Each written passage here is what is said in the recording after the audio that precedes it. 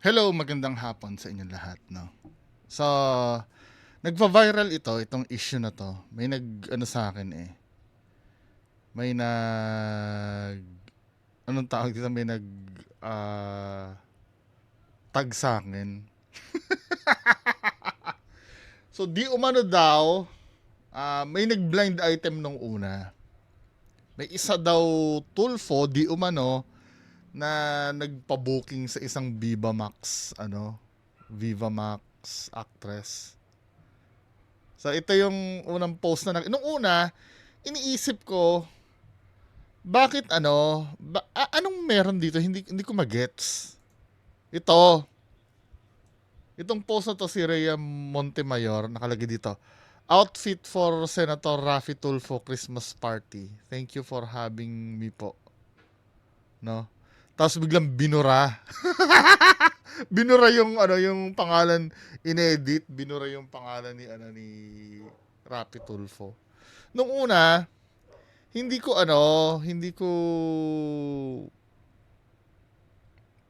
hindi ko binigyan ng sense. Malay mo, ano naman ngayon, di ba?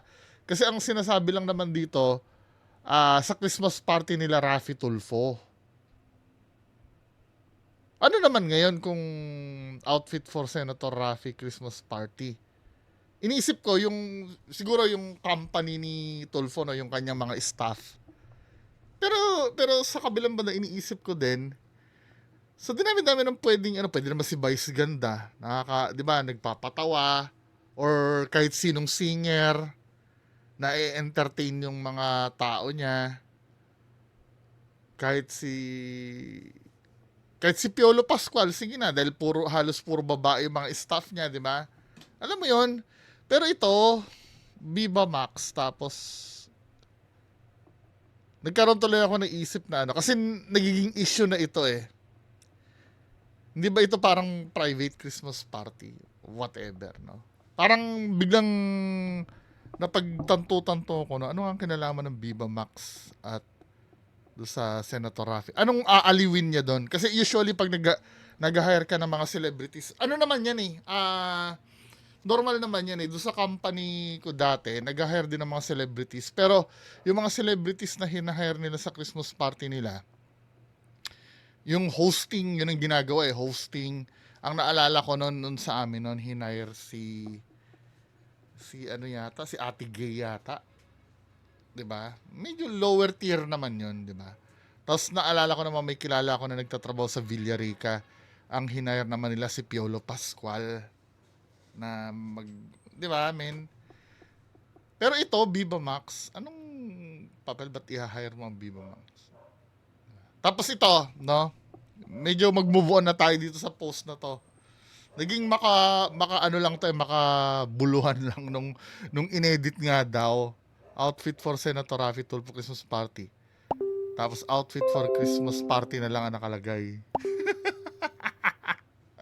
Tapos ito naman, yung kapatid niya si Ramon Tulfo. Basahin natin ha. Ito ay galing sa page ng Truth Slaps, no? Radio broadcaster Ramon Tulfo took to Facebook to address circulating rumors that Senator allegedly offered an indecent proposal to an actress for 250,000. When you say indecent proposal, syempre alam mo na, ano, yun yung mga booking, 'di ba? Yung mga, alam niyo na, yung indecent proposal. Basta, sa halagang 250,000 daw, in his post, he directly responded to speculations that his brother, Senator Raffy Tulfo, was the figure being referred to. Tulfo opened his post by saying, natatawa ako sa balitang kumakalat na isang senador ay nag-offer. Actually, dalawa silang ano dyan eh, no? Dalawa silang pinagsususpetsahan. Si Erwin Tulfo, tsaka si Raffy Tulfo, 'di ba? So, may isang senador daw na nag-offer ng indecent proposal sa isang artista kuno ng 250k para bembangin daw. May mga haka-haka na ang kapatid kong si Raffy ang tinutukoy. He emphasized disbelief over the rumor, adding, Hindi ako makapaniwala sa balita dahil takusa daw. Takot sa asawa ang kapatid ko kay Jocelyn. Tulfo then shared a more provocative take. Pero paglagay na natin na totoo. Pagpalagay na natin totoo, sabi ni Montulfo. Ano ngayon kung nambabae siya? Mali. Ano yan public servant yan Morality kasi yun, Ano ba namang klase mag-isip ito si Montulfo?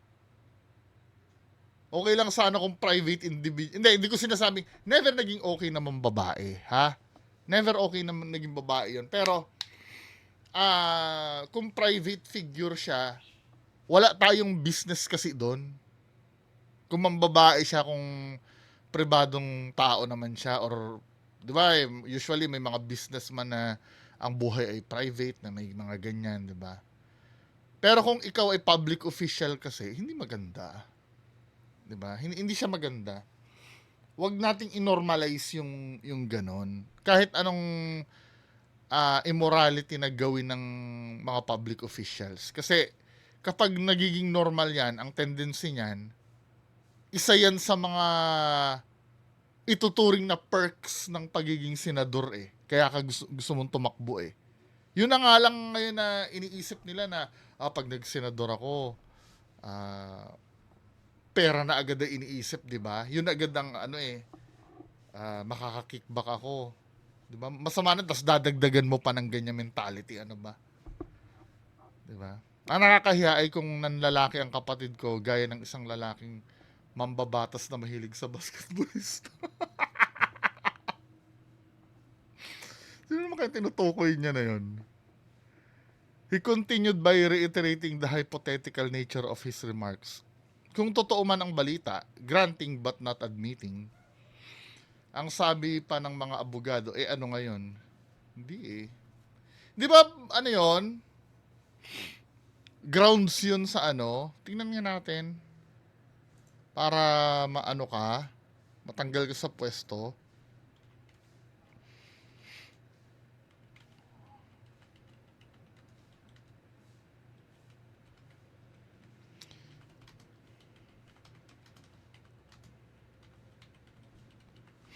Tingnan nga natin.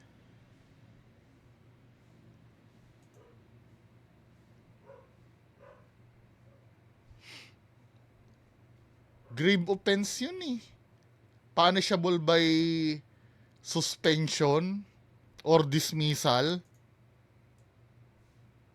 Ayun for a sitting senator. Impeachment pwede. Senate disciplinary conviction or a crime involving moral turpitude or whatever kung ano man yan. 'Di ba? Ang immunity lang kasi ng senador kasi, may mga immunity ang senador Kung pero pag ganyan, 'di ba? Mahirap kasi pagka wala akong kasamang abogado Pero common sense na lang wag na nating basahin ito. Pero nakalagay naman dito pagka ganyan, 'di ba? Pwede maging grounds yun daw sa impeachment 'Di ba? Anyway, common sense na lang iisipin mo, hindi ka talaga pwedeng gumawa ng mali. Or kahit sino naman tayo pero mas lalo na kung may hinahawakan kang posisyon. 'Di ba? Mahiya ka naman sa sarili mo. Ano ba naman kasi mentality ito, man? 'Di ba? Tulfo went on to describe his brother as naturally generous, writing, kilalang galante. Nakakapamigay siya ng daan-daang libo sa kanyang programang Raffy Tulfo. Walang problema doon. Kailangan, yung mga pinamimigay niya doon, kailangan talagang tulungan. Pero pag sa isang Viva Max, bigla ka namigay ng 250,000. Napapanood ko yan si Senator Raffy Tulfo. Pinakamalaking napanood kong binigay niyan, 20 mil Tapos sa Viva Max, 250,000. Ano ba? Medyo baloktot din ang ni Montulfo Sa kanyang bulsa nang galing ang pera, pinamimigay niya kasing galante siya Ito kasi Willie Rebillame wala namang posisyon ito. 'Di ba? Hindi ko sinasabing tama din naman babae yan, pero ibang-iba kasi pag may posisyon ka eh. Nakakahiya yun. He also noted that Rafi and his wife, Kong Jocelyn Tul, were already financially successful. Walang bearing ito.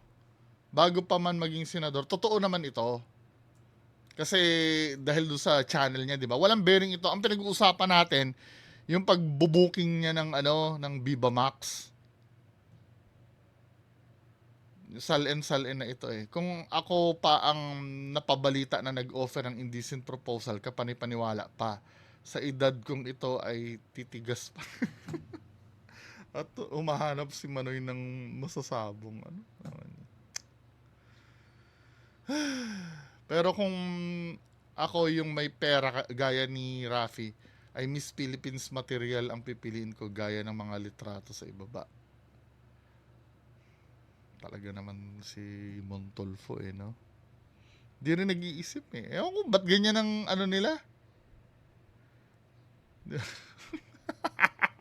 Ano ngayon daw kung mambabae? Kayo, agree ba kayo doon? Na parang ninunormalize niya na mambabae? Hindi siya maganda, men. Diba?